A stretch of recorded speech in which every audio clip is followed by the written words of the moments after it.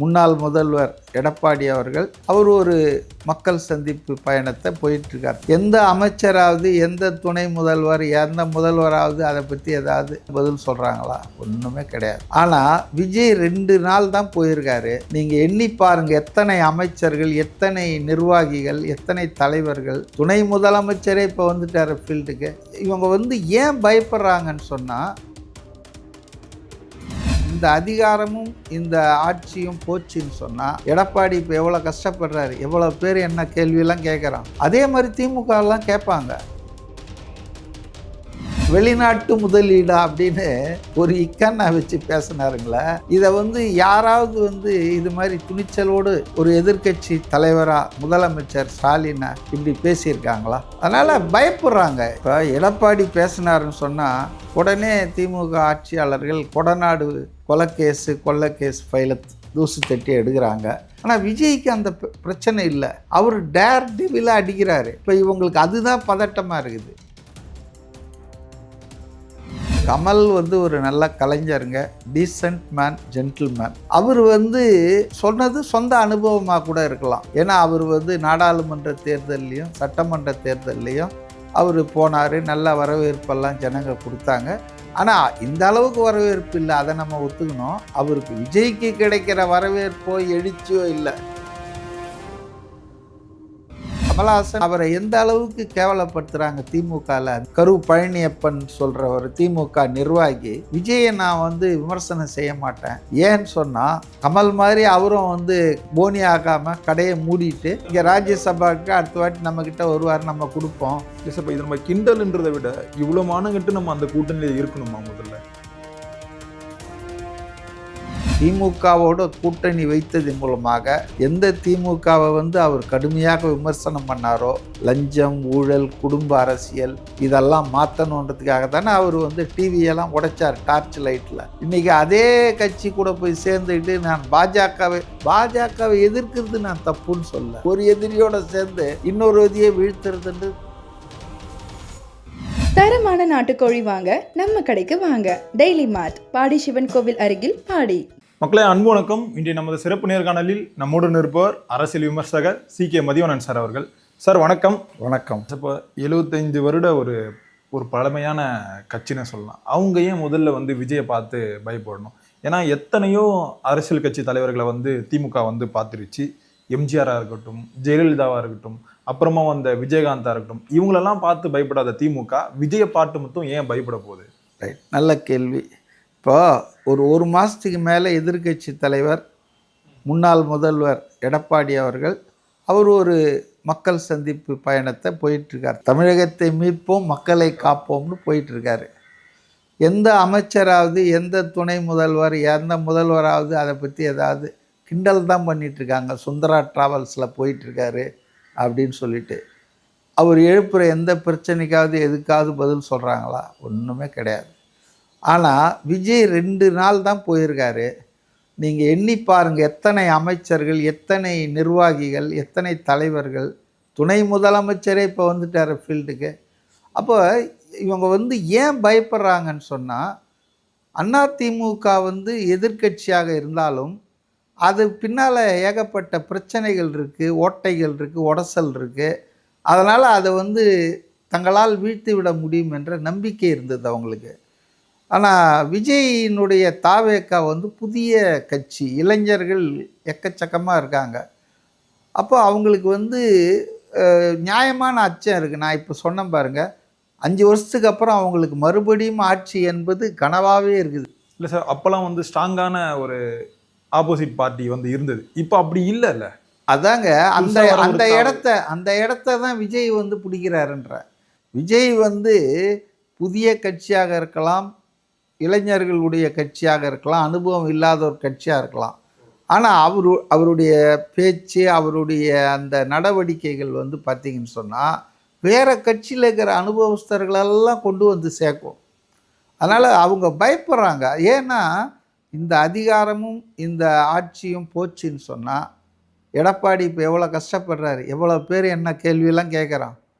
அதே மாதிரி திமுகலாம் கேட்பாங்க. நீங்கள் என்ன உங்கள் பேரன் உங்களுக்காக உழைக்கிறதுக்கு தான் நான் இப்போ கேட்க மாட்டாங்க.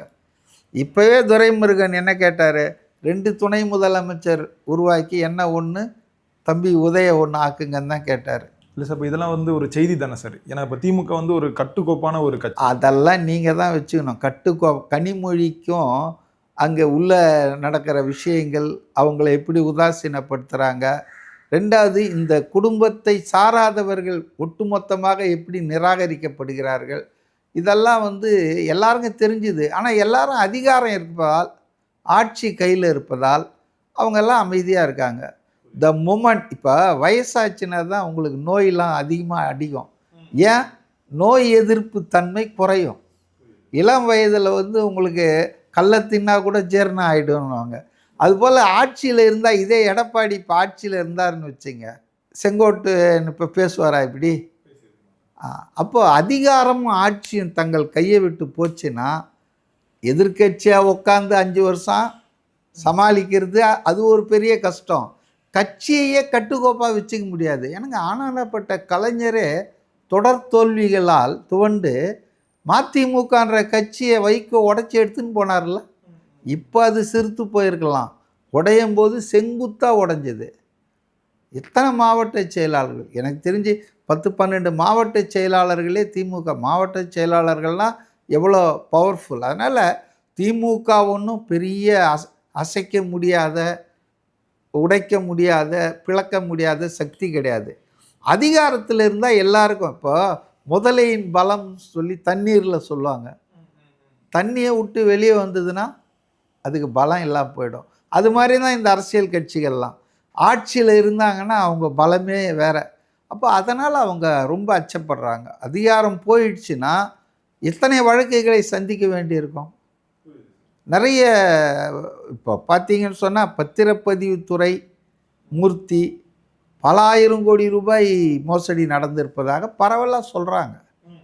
அடுத்தது பார்த்திங்கன்னா நம்ம சேகர் பாபு, அவர் வந்து சென்னை பெருநகர் அந்த சிஎம்டிஏவா அதனுடைய பொறுப்பான அமைச்சர்ன்ற முறையில் ஏகப்பட்ட புகார்கள்.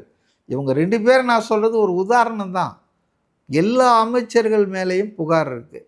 அப்போ இதெல்லாம் தூசு தட்டி இப்போ நீங்கள் பண்ணுறத அவங்க பண்ண மாட்டாங்களா யார் வந்தாலும்? அதனால் இது பயப்படுறாங்க. அந்த அச்சத்தின் காரணமாகத்தான் இன்றைக்கி பார்த்தீங்கன்னா, அதுவும் இந்த திருவாரூர் நாகப்பட்டினத்துக்கு அப்புறம் நடக்கிற இந்த ரியாக்ஷன் ரொம்ப ஜாஸ்தியாக இருக்குது. அப்பாவுக்கு சொன்ன பாருங்க, அவர் கதறிலிருந்தும் இந்த ராணிப்பேட்டையில் ஒரு அமைச்சர் இருக்கார காந்தி, எவனோ வரான் அவன் பேசுகிறான்றாங்க. நம்ம டிஆர்பி ராஜா கண்டவனுக்கெல்லாம் நான் பதில் சொல்ல முடியாதுன்றாரு. அவர் மன்னார்குடி எம்எல்ஏ. இப்போ இந்த திருவாரூர் மாவட்டத்தில் தான் அதுவும் வருது. அதனால் ரொம்ப பாயிண்டடாக அவரை பற்றியே சொன்னார். அவருக்கு அந்த முதல் குடும்பத்துக்கு வேலை செய்கிறதுக்கு தான் அவருக்கு டைம் சரியாக இருக்குது அப்படி. அதனால் அதில் வந்து முக்கியமாக ஒன்று சொன்னார் பாருங்கள், வெளிநாட்டு முதலீடா அப்படின்னு ஒரு இக்கண்ணா வச்சு பேசினாருங்களே. இதை வந்து யாராவது வந்து இது மாதிரி துணிச்சலோடு ஒரு எதிர்க்கட்சி தலைவராக முதலமைச்சர் ஸ்டாலினை இப்படி பேசியிருக்காங்களா? அதனால் பயப்படுறாங்க. இப்போ எடப்பாடி பேசினாருன்னு சொன்னால் உடனே திமுக ஆட்சியாளர்கள் கொடநாடு கொலை கேஸ் ஃபைலை தூசு தட்டி எடுக்கிறாங்க. இப்போ எஸ்பி வேலுமணி பேசினார்னா உள்ளாட்சியில் நடந்த விவகாரங்களை பண்ணுறாங்க. இப்படி ஒவ்வொரு அமைச்சருக்கும் பிரச்சனை இருக்குது. அதனால் அவங்க வந்து டைரெக்டாக ஸ்டாலினையோ அவருடைய குடும்பத்தை பற்றியோ அந்த ஆட்சியில் நடக்கிற ஊழலை பற்றியோ பேச முடியாது. பேசினா பிரச்சனை. ஆனால் விஜய்க்கு அந்த பிரச்சனை இல்லை. அவர் டேர் டெவிலாக அடிக்கிறாரு. இப்போ இவங்களுக்கு அதுதான் பதட்டமாக இருக்குது. இப்போ கமல் இருக்கார், அவர் வந்து எங்கேயுமே விஜய் வந்து எதிராக வந்து பேசினதே இல்லை. நேற்று தினம் வந்து விஜய்க்கு எதிராக அந்த முழக்கத்தை வந்து முன் வச்சிருக்காரு. கூட்டம் வந்து கூடும், அது வந்து ஓட்டாக மாறாது. அது வந்து இந்தியாவில் இருக்க எல்லா தலைவருக்கும் வந்து பொருந்தும், அது விஜய்க்கும் பொருந்தும், எனக்கும் பொருந்தும்னு வந்து சொல்கிறாரு. எப்படி பார்க்குறீங்க? முதல்ல கமல் வந்து ஒரு நல்ல கலைஞருங்க, டீசன்ட் மேன், ஜென்டில்மேன். அவர் ரஜினிகாந்த் மாதிரிலாம் வன்மம், பொறாமை, பொச்சரிப்புலாம் இல்லாத ஒரு கலைஞர். அதை நம்ம ரெக்கார்ட் பண்ணோம். அவர் வந்து சொன்னது சொந்த அனுபவமாக கூட இருக்கலாம். ஏன்னா அவர் வந்து நாடாளுமன்ற தேர்தல்லையும் சட்டமன்ற தேர்தல்லையும் அவர் போனார். நல்ல வரவேற்பெல்லாம் ஜனங்க கொடுத்தாங்க. ஆனால் இந்த அளவுக்கு வரவேற்பு இல்லை, அதை நம்ம ஒத்துக்கணும். அவருக்கு விஜய்க்கு கிடைக்கிற வரவேற்போ எழுச்சியோ இல்லை. அவருக்கும் கூட்டம், நடிகர்கள்னு சொன்னால் கூட்டம் இல்லையா? வெடிவேலுக்கு கூட்டம் கூடலையா, விஜயகாந்த் கூட்டம், அது மாதிரி ஒரு ஆவரேஜ் க்ரௌடு. பட் இன்னைக்கு விஜய்க்கு வர்ற கூட்டம் என்பது அந்த அனுபவத்தில் இவர் சொல்லியிருக்கலாம். அதில் நான் அதை தப்புன்னு சொல்ல விரும்பலை. அவருடைய கருத்து, அவருக்கும் 60-62 வயசு ஆயிடுச்சுல்ல, இஸ் ஆல்சோ எக்ஸ்பீரியன்ஸ்டு. ஆனால் விஜய்க்கு வர்ற கூட்டம்ன்றது ஒரு நடிகனுக்கு வர்ற கூட்டமாகவோ அல்லது ஒரு திரைத்துறை கலைஞனுக்கு வர்ற கூட்டமாகவோ இல்லை. ஒரு ஆட்சி மாற்றத்தை கொண்டு வர வேண்டும்.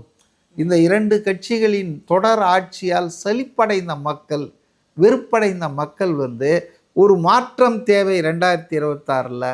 இந்த குடும்ப அரசியலுக்கு, ஊழல் நிர்வாகத்துக்கு, இப்படி பாஜகவுக்கு அடிமை சாசனம் பண்ணுற அதிமுகவுக்கு சட்டம் ஒழுங்கு இருக்குது, ஆதி திராவிட மக்கள், தலித் மக்கள் மேலே ஆணவ கொலைகள் நடக்குது. இதெல்லாம் பல்வேறு காரணிகள் காரணமாக மக்கள் மாற்றத்தை விரும்புகிறார்கள்.